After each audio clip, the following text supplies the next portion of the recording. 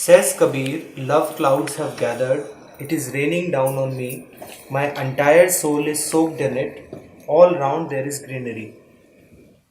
The question goes as follows. Dear Acharya ji Pranam, is the greenery mentioned in the above doha something beyond peace?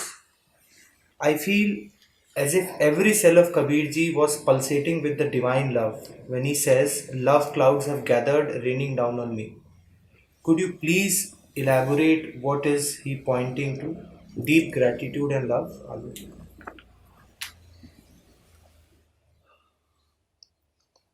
Look, nothing. Just sing what Kabir Sahib is saying. Just sing. I may keep trying for 2 hours. I will just not be able to go beyond Kabir Sahib. What he has said in these 2 lines, I won't be able to say in 2 hours. So do not try to understand him through me. Understand him through him. Just think. It's anyway so lucid and self-explanatory, is it not? Kabir badal prem ka hum par barsaye. Antar bhigi atma hari bhai ban raha hai.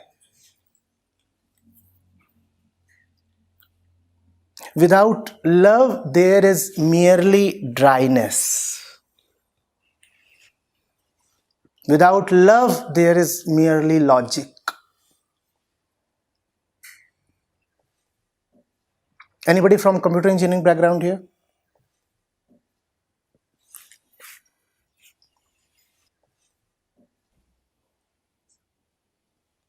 Machines work on logic, especially computing machines.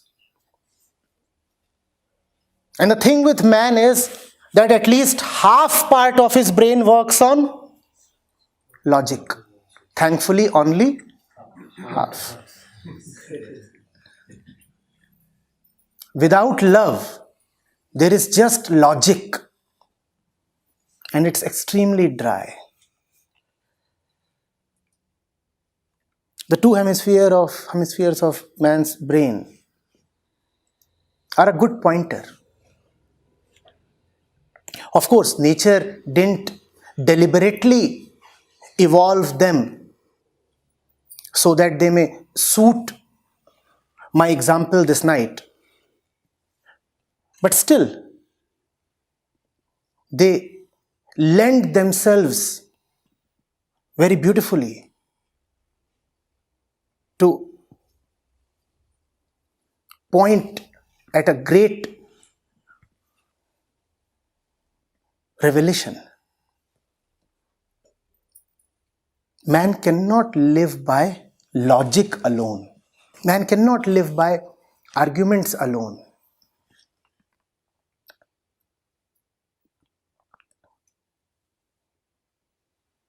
In fact, not only are both important, if one of the 2 has to be chosen, it would be the one that is the more fundamental of the 2.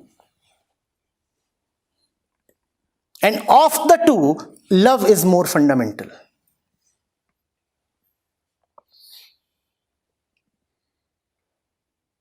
Why is love more fundamental? Because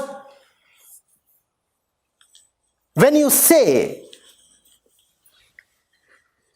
that there is the yearning of the mind for the truth called love,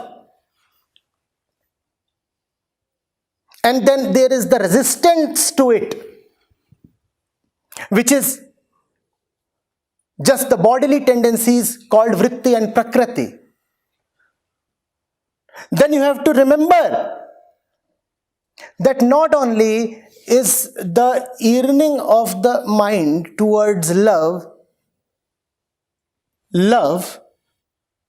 even the resistance of prakriti to love is love. Please get this. Now that sounds paradoxical. we are saying that we are usually split in two. One part that unreasonably wants to merge into something greater, wants to relax into sleep. And then there is the other logical part that wants continuation, that wants security. What I'm saying is, the unreasonable part is surely pulsating with love. But even the reasonable part, even the logical part, is driven by nothing but love, though indirect. Even when you resist love, it is because of love. Just the resisting love is misguided. Love is more fundamental.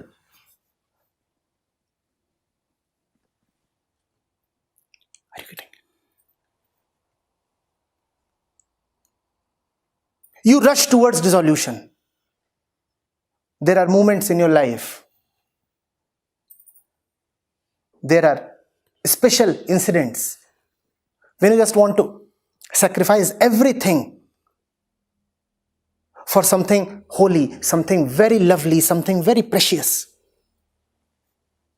And then there is the usual instinct of self-preservation, right?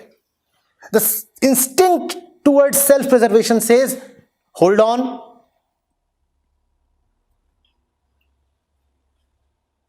Don't die, don't dissolve, don't give up, don't surrender. Just continue. You must ask, why does even the instinct for self-preservation exist? Why do you want to continue? You want to continue in time so that at the end of time you might meet your beloved.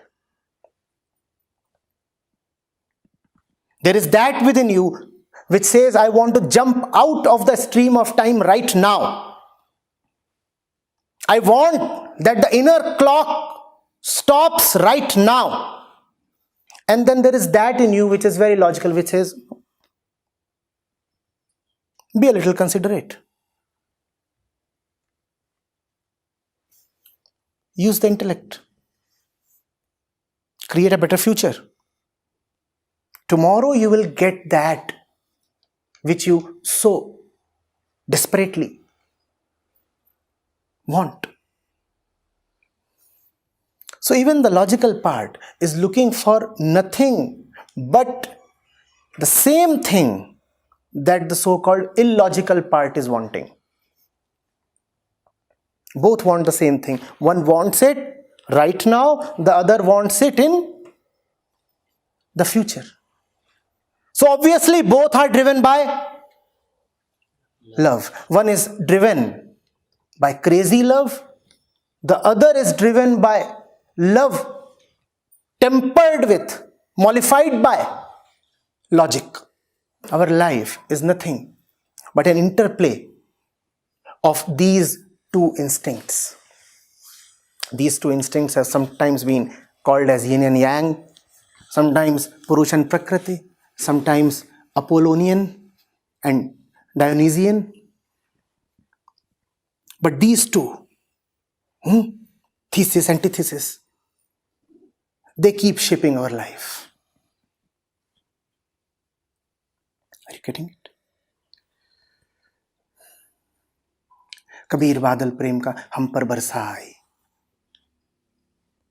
अंतर भीगी आत्मा हरि भई बन राई. There was such dryness. And now, sap is running through the veins of trees. There is greenery. Something within has just been showered with ambrosia. I see a juicy fruit appearing.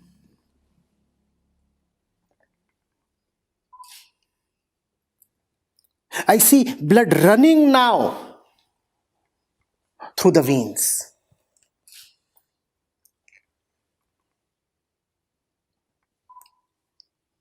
Are you getting it?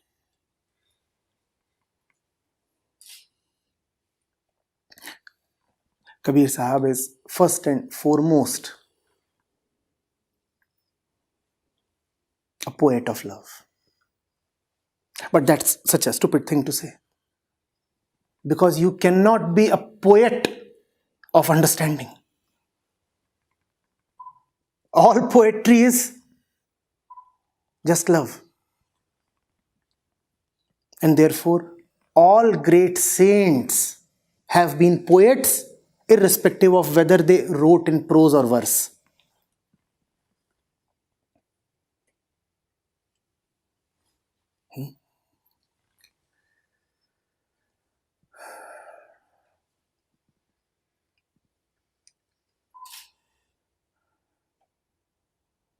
You don't make it happen.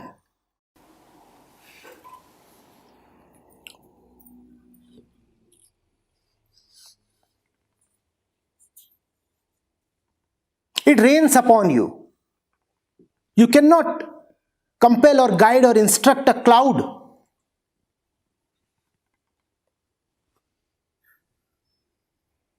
to bless you with showers. Or can you? All that you can do is not run indoors when it rains.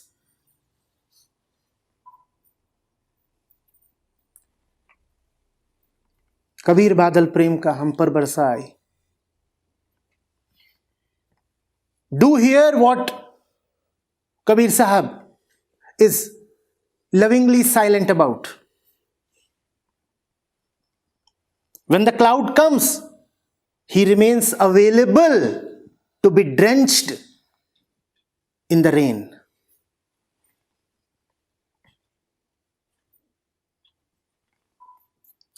Otherwise, we all have umbrellas. And as technology evolves, we'll have even better means to avoid getting wet. I didn't cause the cloud to come. It just happened with me. Who is the one who is doing this to me? What does he want? Or does he even want anything? Maybe he's just responding to my want.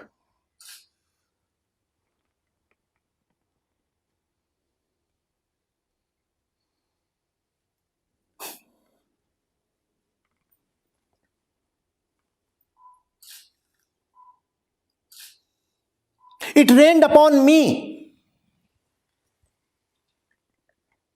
And the entire world appears green now. What's going on? Did Kabir Sahib say that the cloud of love rained upon the entire world? Kabir Badal Prem ka hum par barsa aaye. Huh? Or did he say jag par barsa aaye? Huh? Where did it rain? It rained upon him. It's strange. And what has turned green? The world has turned green. It's raining here. And the greenery is sprouting there. What nonsense. Oh, just love. You know? Nonsense is unnecessarily too long a word.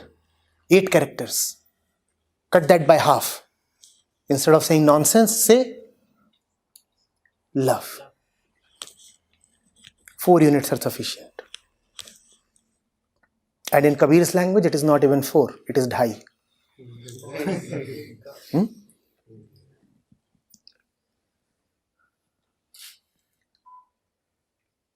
Something has happened to you and the world has changed. Something has happened to you and the world has changed. Now that you are in love, you cannot look at the world in the same way as you used to look at it.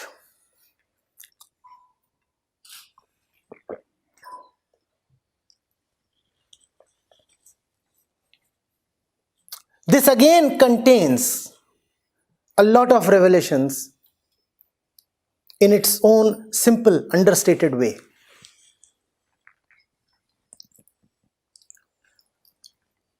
Usually, our love is about one special thing or person.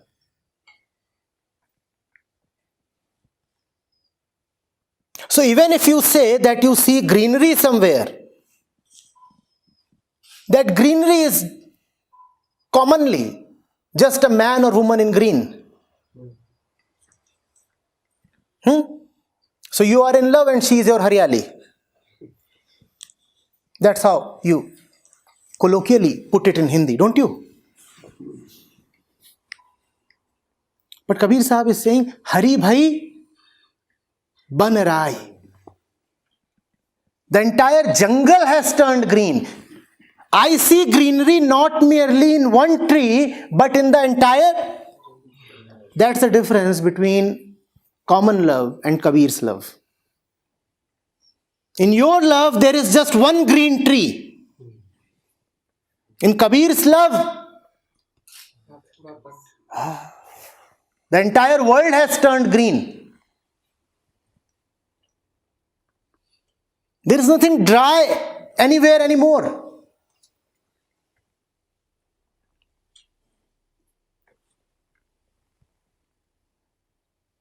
What does that mean? Love is a great, great pain. Listen to this carefully.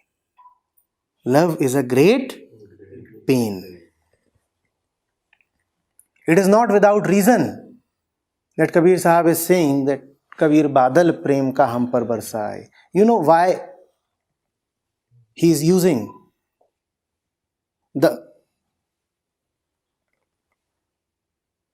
trope of cloud and water and rain?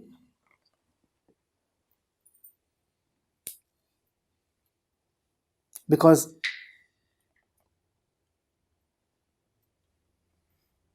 love burns, love hurts. Love is nothing but the realization of separation.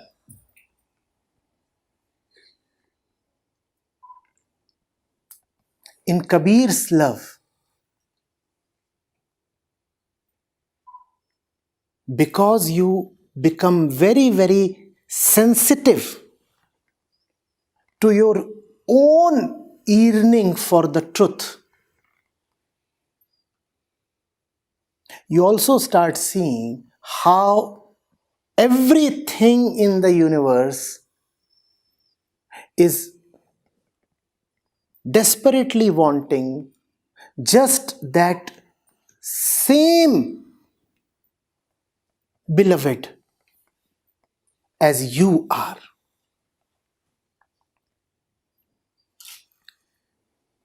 You hardly see a difference between yourself and others.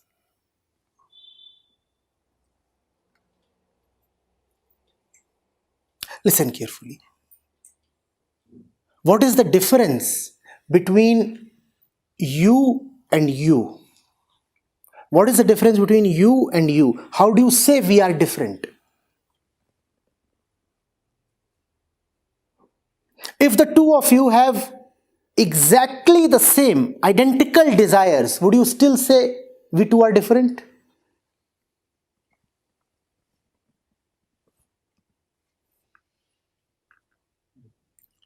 Difference implies difference in desires. And the difference in desires is so easily visible. It is right there to see, undeniable. You want something that he does not want. And he wants something that only he wants. He wants to go back to a particular house that is only his. You will get up and look for a pair of slippers that belong only to you. When you want to drink water, you want to drink it for yourself, don't you? You are thirsty. Water is your particular personal desire. Love is when you start seeing the deep desire beneath all your superficial desires. Love is when you start seeing what you are really, really thirsty for.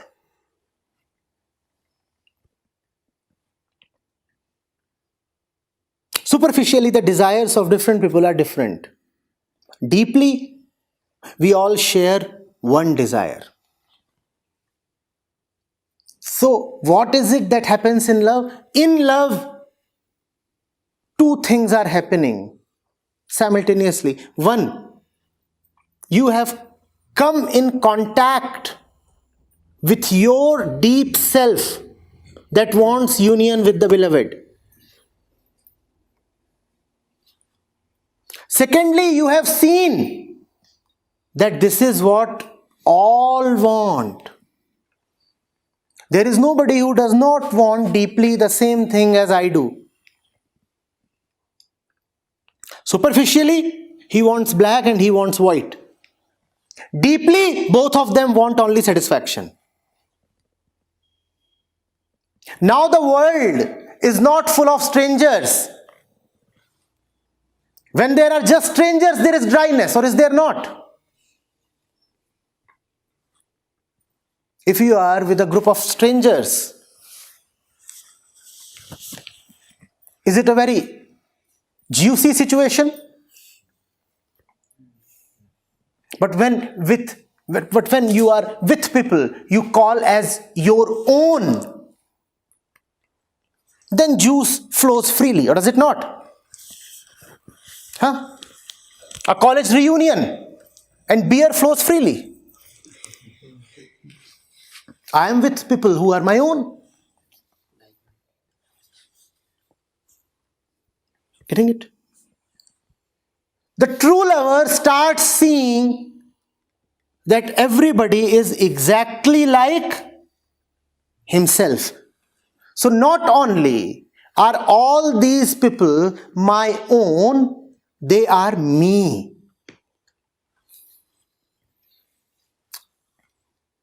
Not only are they not strangers, they are not even my own. They are identical with me. And if they are identical with me, how can there be any dryness? You are not only my brother, you are me. Forget about being a stranger. You are not even my brother. You are not even my mirror image. You are me. Those eyes are searching for just the same thing as these eyes. There is nothing else that anybody's eyes are looking for. It doesn't matter what the object of our perception is. We are searching for the same thing. Now, are you with aliens? Now, are you with foreigners? You are not even with family. You are with yourself. That's love. So I said love means two things. Love firstly means total dedication towards the beloved, and secondly, total identification with the world. But first of all, you need total disidentification with the world. Because unless you are totally disidentified with the world, how will you identify with him? And that is why you know why saints have so much compassion for the world. Now can you relate these two things? Saints have great love for him. Saints have great love for him. And saints' principal concern is with the truth. What is a saint principally concerned with? The world or the truth? Truth. But at the same time, we have seen saints lay down their lives for the sake of the world. We are into Christmas now. If Jesus is the Son of God, and Jesus loves God much more than anything or anybody else, what is Jesus doing among men and women of this world? What is the primary concern of Jesus? The goodwill of the people. The love of God. That's what he principally wants, right? Does Jesus say, I am the son of this world? He says, no. Even my mortal mother is a virgin. How can I be a son of this world? I belong to my father. And if Jesus belongs to his father, why is he so laboriously, why is he so painstakingly working for the people of this world? That's the thing about love. These are the twin features of love. Because you love him so much, therefore you also see that all love him equally. It's just that they are a bit deluded. In spite of loving him so much, they do not know how deeply they love him. So their love becomes misdirected. It's a stream that should be flowing towards the ocean, and instead it starts getting lost in sands and quagmires and various places.